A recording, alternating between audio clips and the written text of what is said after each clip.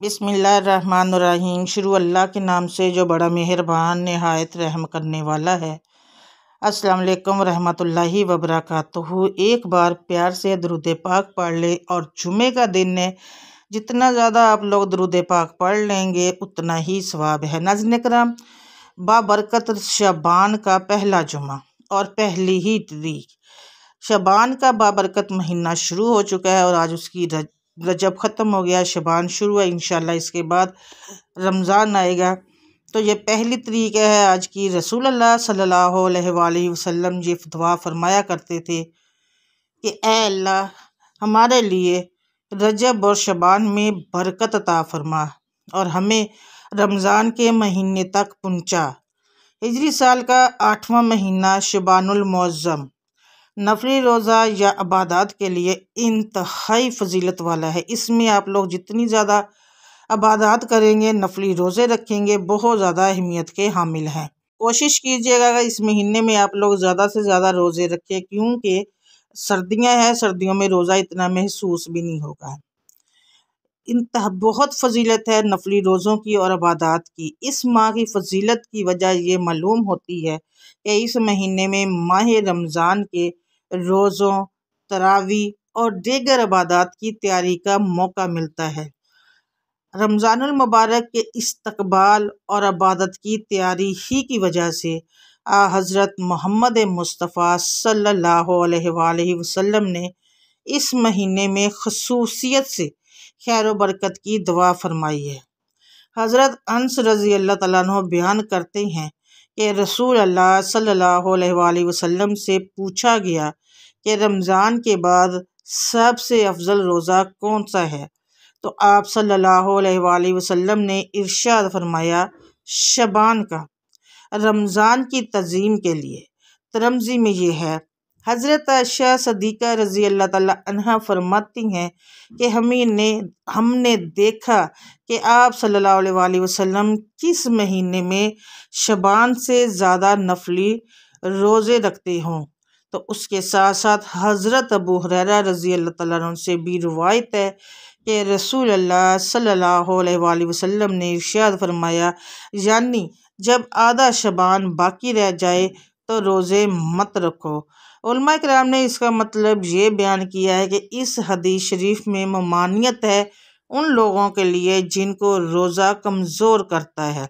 ऐसे लोगों को ये हुक्म दिया गया है कि नसफ शबान के बाद रोज़े मत रखो, बल्कि खाओ पियो और ताकत हासिल करो, ताकि रमज़ानुल मुबारक के रोज़े कुव्वत के साथ रखे जा सकें और तरावी और दीगर इबादत निशात के साथ सहूलत के साथ अंजाम दी जा सके।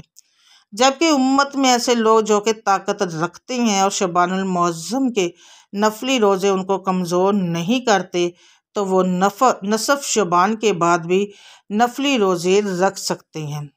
मौलाना मोहम्मद अशरफ अली थानवी रहमतुल्लाह अलैह फरमाते हैं कि मेरा ज़ौक़ ये कहता है कि रमज़ानुल मुबारक में शब को जो जागना होगा, शबानुल मुअज़्ज़म की शबों में जागना उसका नमूना है और शबानुल मुअज़्ज़म के नफली रोज़े रमज़ानुल मुबारक के फ़र्ज़ रोज़ों का नमूना और आदी बनाना, मतलब कि आदत डालना है।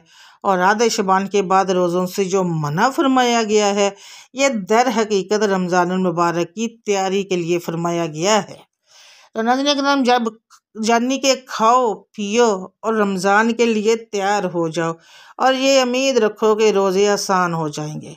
मौलाना मोहम्मद अशरफ अली थानवी रहमतुल्लाह अलैह फरमाते हैं कि मेरा ज़ौक़ ये कहता है कि रमज़ानुल मुबारक में शब को रोज़े जागना और मुझे हम लोग जो जागेंगे, खाएंगे पिएंगे, कुछ रोज़े रखो। आप लोग इस महीने में रोज़े रख सकते हैं, अपनी कोई मन्नत मांगने के लिए हवाले से भी रख सकते हैं, वैसे भी नफली रोज़े रख सकते हैं। इसका सवाब बहुत ज़्यादा है, फजीलत भी बहुत ज़्यादा है। इबादत में भी इसमें जो कहते हैं नफली रोज़ों और इबादतों की बहुत ज़्यादा फजीलत है। इसलिए कोशिश कीजिएगा जिस तरह ये सर्दियाँ चल रही हैं कि आप जुम्मे का तो ज़रूर रोज़ा रखिएगा। जुम्मा रख लिया, जुमेरात रख लिया, इस तरह से 2-2 4-4 करके भी अगर रोज़े रखे, मसलन पहली जुमेरात हो गई, पहला जुम्मा हो गया, अपने दूसरी जुमेरात हो गई, दूसरा जुम्मा हो गया, तीसरी जुमेरात, लेकिन 13 और 14 15 रोज़ा का तो जो रखने हैं वो तो रखने हैं। उसके अलावा अगर आप रोज़े रख सकती हैं तो इस तरह से रख सकती हैं।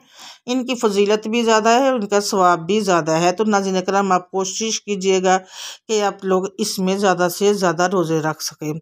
हज़रत आयशा सिद्दीक़ा रज़ी अल्लाह तआला अन्हा भी फरमाते हैं कि हमने एक रात नबी करीम सल्लल्लाहु अलैहि वसल्लम को अपने बिस्तर पर न पाया, तो मैं आप सल्लल्लाहु अलैहि वसल्लम की तलाश में निकली। मैंने देखा कि आप सल्लल्लाहु अलैहि वसल्लम मदीना तैयबा के कब्रिस्तान बकी में हैं। आप सल्लल्लाहु अलैहि वसल्लम ने मुझे देखकर इरशाद फरमाया, क्या तुझे अंदेशा रखती है कि अल्लाह और उसका रसूल तेरे साथ नाइंसाफ़ी करेगा, यानी तेरी बारी में किसी दूसरी बीवी के पास चला जाएगा। मैंने अर्ज़ किया, या रसूलल्लाह सल्लल्लाहु अलैहि वसल्लम, मुझे ये ख्याल हुआ कि आप अपनी किसी दूसरी बीवी के पास तशरीफ़ ले गए हों।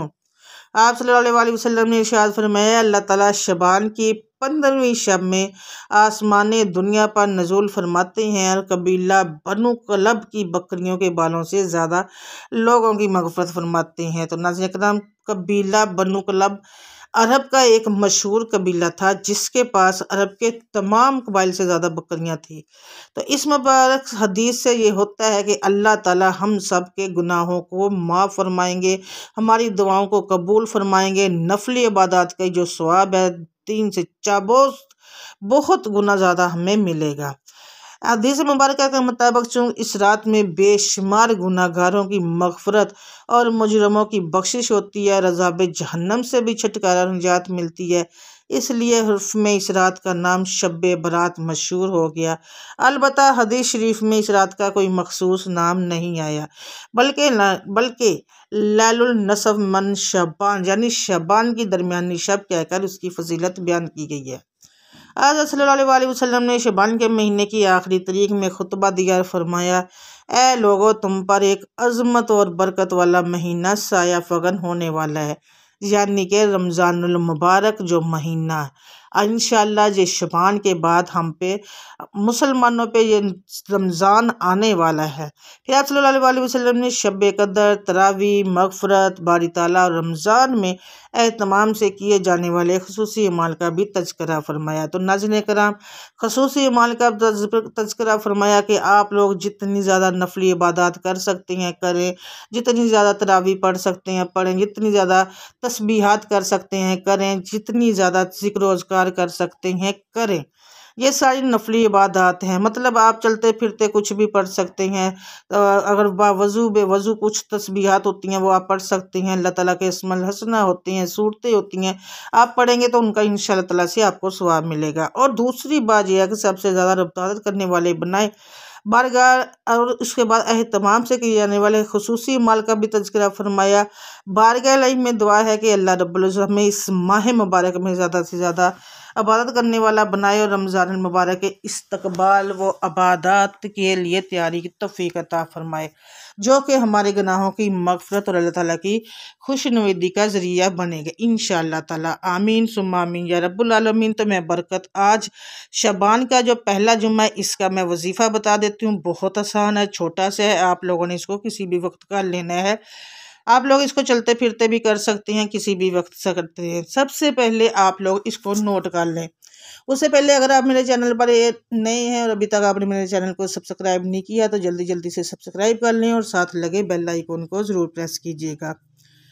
बाबरकत महीना, बाबरकत दिन, जैसे कहते हैं कि रमज़ान जुमे का दिन हो तो इसको अल्लाह ताला ने ईद का दिन मुसलमानों के लिए तशबीह दी गई है कि ईद के बराबर होता है। तो ये बात सच भी है।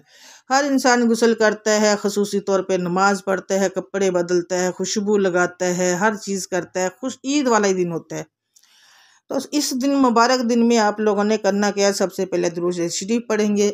दुरूद शरीफ आप कोई सा भी पढ़ सकते हैं, लेकिन यहाँ आप लोगों ने दुरूद इब्राहिम पढ़ना है 3 बार। दुरूद इब्राहिम पढ़ने के बाद 3 बार पढ़ लें, 7 बार पढ़ लें या 11 बार पढ़ लें, वो आपकी मर्ज़ी है। जितना आप लोग पढ़ सकते हैं वो दुरूद इब्राहिम पढ़ेंगे। उसके बाद आप लोगों ने सुबहान अल्लाहि व बिहम्दे सुबहान अल अज़ीम को 77 बार पढ़ना है। सुबहान अल्लाहि व बिहम्दे सुबहान अल अज़ीम को 77 बार आप लोगों ने पढ़ना है। ये आप लोग 77 बार पढ़ के तस्बीह ले लें, उस पर पढ़ लें, या हाथ की उंगलियों पर अगर आपको हिसाब रख सकती हैं तो हाथ की उंगलियों पर पढ़ लें। 77 बार पढ़ना है। उसके बाद आप लोगों ने या रहीम, या करीम, या अजीम कोई एक तस्बीह करनी है। अब आप लोगों ने इसको पढ़ना कैसे वो मैं ज़रा बता दूं आप लोगों को, ज़रा गौर से कीजिएगा। या रहीम, या करीम, या अजीम, एक बार हो गया। या रहीम, या करीम, या अजीम, 2 बार हो गया।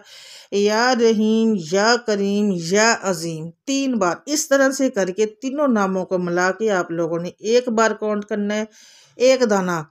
तो इसकी आप लोगों ने एक तस्बीह करनी है। और आखिर में जो जिस तरह से आप लोग ये अमल करते जाएंगे, अल्लाह आपके रोज़ी में बरकत में आपकी बरकत डालेगा, कारोबार में बरकत होगी, रिज़्क़ में बरकत होगी। जो जो दुआ मांगते जाएंगे आप लोगों की अल्लाह ताला पूरा करता जाएगा।